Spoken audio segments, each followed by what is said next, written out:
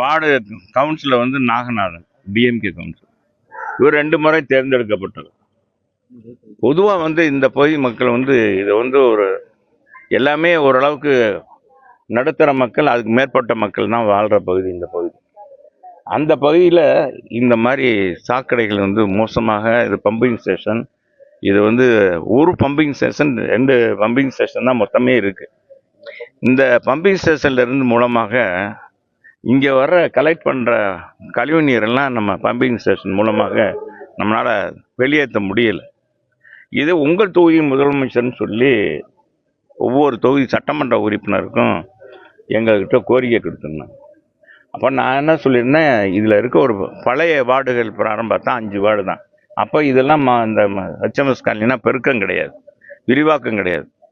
எனவே விரிவாக்கமான பகுதியாக இருப்பதனால இங்கே கழிவுநீர் அதிகமாக, மக்கள் புழக்கம் அதிகமாக இருப்பதனால குடிநீரும் இது கழிவுநீர் இந்த இது நம்ம மற்ற உபயோகப்படுத்துகிற வாட்டரும் அந்த தண்ணியை சேர்க்கிறதுனால அதிகமாக வாரத்துக்கு 3 நாள் தண்ணி வருதுன்னா அந்த 3 நாள் பார்த்திங்கன்னா சித்திரவதையாக தான் இருக்கும். அதனால் இதை மாற்றி கொடுக்கணும்னு சொல்லி எழுதி கொடுத்து நான் கொடுத்துருந்தேன் உங்களுக்கு. அப்போ என்ன சொன்னாங்க, இது மாநகராட்சி நிதியிலேருந்து நாங்கள் செஞ்சுட்றோம் அப்படின்னு சொல்லி 3 பம்பிங் ஸ்டேஷன் நம்ம சொன்னாங்க. 3 பம்பிங் ஸ்டேஷன் ஆரம்பிக்கணும். இது வரைக்கும் உங்கள் தொகுதியின் முதலமைச்சர் இந்த திட்டம் என்னவானதுன்னே தெரியல. அது வந்திருந்தா இந்த மாதிரி பிரச்சனையே வந்திருக்காது. உடனே இந்த கழிவு நீரை அகற்றி இருக்கலாம்.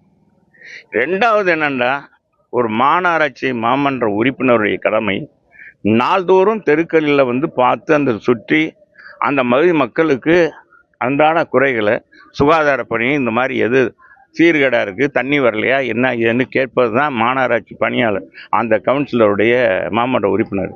ஆனால் இந்த மாமன்ற உறுப்பினர் ஒரு குறுநில மன்னர் போல்.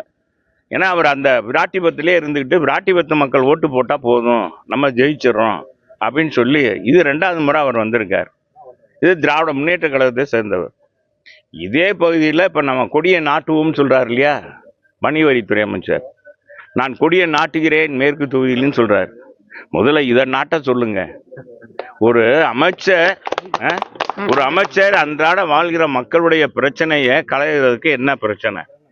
இப்போ இந்த முல்லை பெரியார் கூட்டு குடிநீர் திட்டத்தை நம்ம கொண்டு வந்து எங்கள் ஆட்சியில், அது என்னுடைய முயற்சியில் தான் முழுக்க அது நான் தான் எழுதி கொடுத்து எங்களுடைய பொதுச் செயலாளர், உள்ளாட்சித்துறை அமைச்சர், புரட்சித் தலைவருடைய பிறந்த நாளில் அறிவிக்கப்பட்டது. 100ஆண்டு விழாவில் மதுரையில் எத்தனை வருஷம் ஆச்சு. அது நாங்கள் தொடங்கி வச்சுட்டோம். 2023 முடிக்க வேண்டியது அந்த இதை இந்த வருஷம் எப்படியாச்சும் முடிச்சிடணுன்றக்காக எங்களுடைய பேச்சுக்கு ஆளாகக்கூடாது அப்படின்ற அடிப்படையில் அவதியாக என்ன செய்கிறாங்க, அங்கங்கே பரிச்சாத்தமாக ஓட்டம் பண்ணுறாங்க. அந்த மழை தண்ணியை ஏற்றி உயர்மட்ட தொட்டியில் ஏற்றி இறக்குறாங்க. எங்கெங்க இன்னும் நிறைய இடங்கள்ல என் வீட்டுக்கு இன்னும் கொடுக்கலங்க. சொன்னால் வெறும் லைன் மட்டும் கொடுத்துருக்காங்க. இப்போ தான் மெயினே போட்டுக்கிட்டு இருக்காங்க. அதில் வர்ற தண்ணி பார்த்தீங்கன்னா இந்த மேற்கு தொகுதியில் தண்ணி பார்த்தா அதுவும் ஆறாக ஓடுது. அதுவும் கழிவு நீர் கலக்கிறதுனால மக்கள் நடமாடவே முடியல.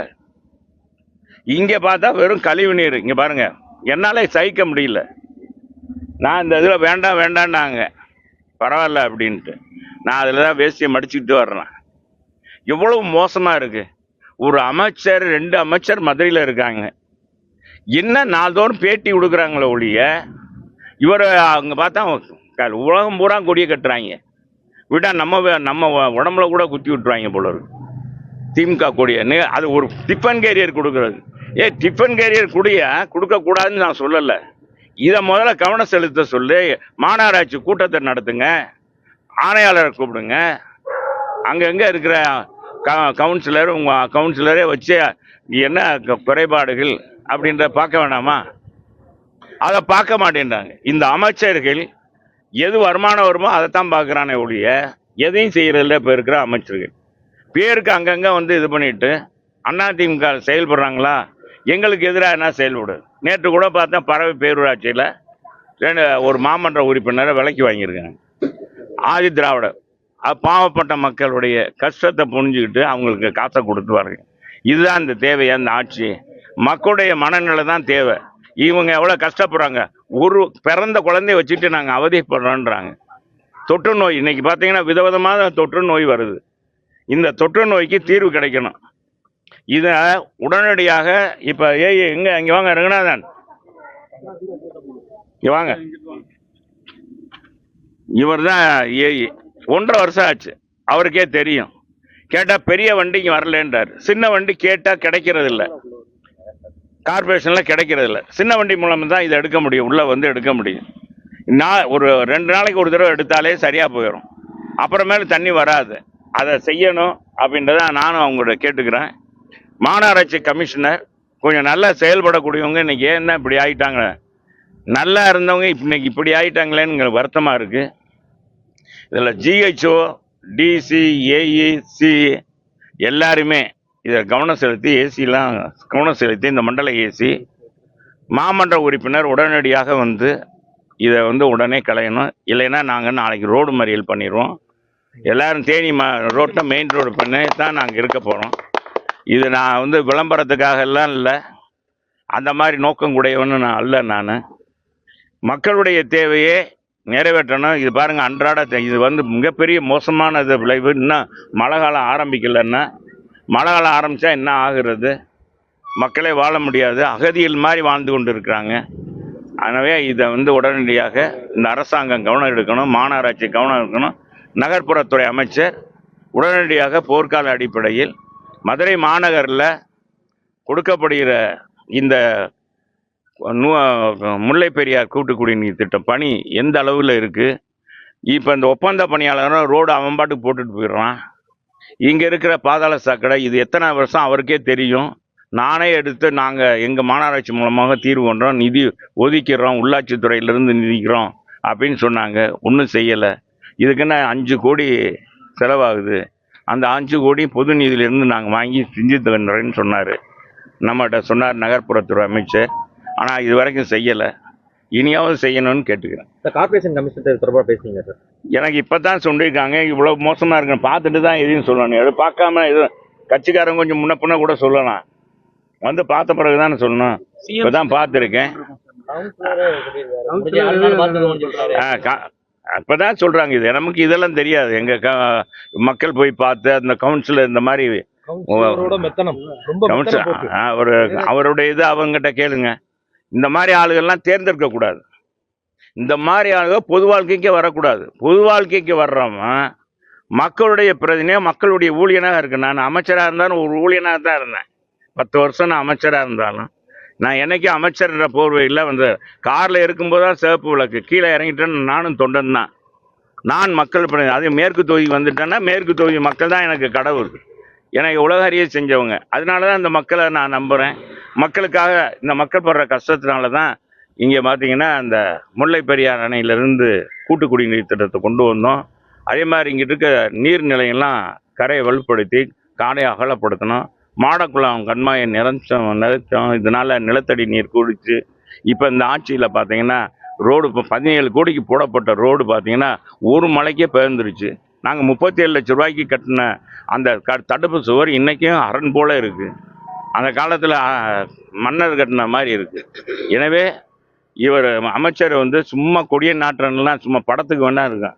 மன்னவன் வந்தானடி ஒரு படம் பார்த்துருப்பீங்களா? சிவாஜி கணேசன் வச்சார். நான் கொடியை நாட்ட போகிறேன், நான் கோட்டையை பிடிக்க போகிறேன், கொடியை நாட்ட போகிறேன். நீ கொடியையும் நாட்ட முடியாது, கோட்டையும் பிடிக்க முடியாது. உன்னை மாதிரி ஆள் இருக்கன்னு தொட்டிக்கும்.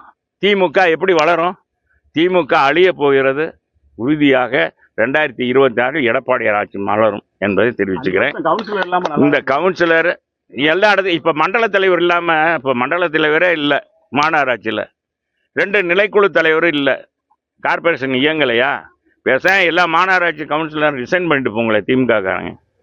மக்கள் பணியாற்றவனை தவிர மற்றவன் பார்க்க முடியாதுன்னா நீ எதுக்கு? நாகநாதனுக்கெல்லாம் எதுக்கு பதவி? உனக்கு எதுக்கு மாமன்றம்? கோர்ட்டு நீதி அரசு கொடுத்துருக்கு, நீதிமன்றம் கொடுத்துருக்கு. அதில் கிரிட்டிசைஸ் பண்ண விரும்பல. மக்கள் பிரச்சனை இதை விட்டுட்டு பார்க்க கூடாது. அதான் இங்க உங்களுக்கு தான் லேப்டாப்பே கொடுக்கவே இல்லையே. இவங்க எல்லாமே ஷூட்டிங் தாங்க. இந்த ஷூட்டிங் நிரந்தரமாக இருக்காதுங்க. இதெல்லாம் மக்களுக்கு தெரியும். யார் நம்ம என்னால் பேசக்கூட முடியல. இவ்வளோ நேரம் இங்கே பாருங்க, மாடை தாங்க முடியல. இப்போ அவங்களாம் எப்படி வாழ்கிறாங்க? இப்போ நீங்களே உண்மையை சொல்லுங்க, உங்கள் ஊடகங்க நீங்களே உங்களால் இப்போ வந்து மூச்சு திணறல் வருது. அதனால் தயவு செஞ்சு இதை நிப்பாட்டிங்க. அரசியல் கருத்து நான் என்னாச்சும் சொல்ல உடனே நீங்கள் அதைத்தான் தலைப்பு போடுறீங்க. அதே இதாகுது. மாடக்குளத்தை வரிந்து கட்டிட்டு சொல்ல மாடக்குளம் கம்மாயை பற்றி சொன்னால் அதை விட்டுட்டு விஜய் விஜய் விஜய்ன்னு சொல்லிக்கிட்டீங்க. அது மாதிரி தேவையில்லாத கேட்க இந்த இதில் பிரச்சனை. இதுக்கு நான் கொடுத்ததுக்கு என்ன தீர்வு? உங்கள் தொகுதியின் முதலமைச்சர் அதில் சட்டமன்ற உறுப்பினர் முறையில் என்னுடைய முறையை எழுதி கொடுத்துருக்கேன். இந்த ஹெச்எம்எஸ் காலனியில் இருக்க தண்ணீர் கழிவு நீர்லாம் போக்குறதுக்கு நடவடிக்கை எடுக்கணும்.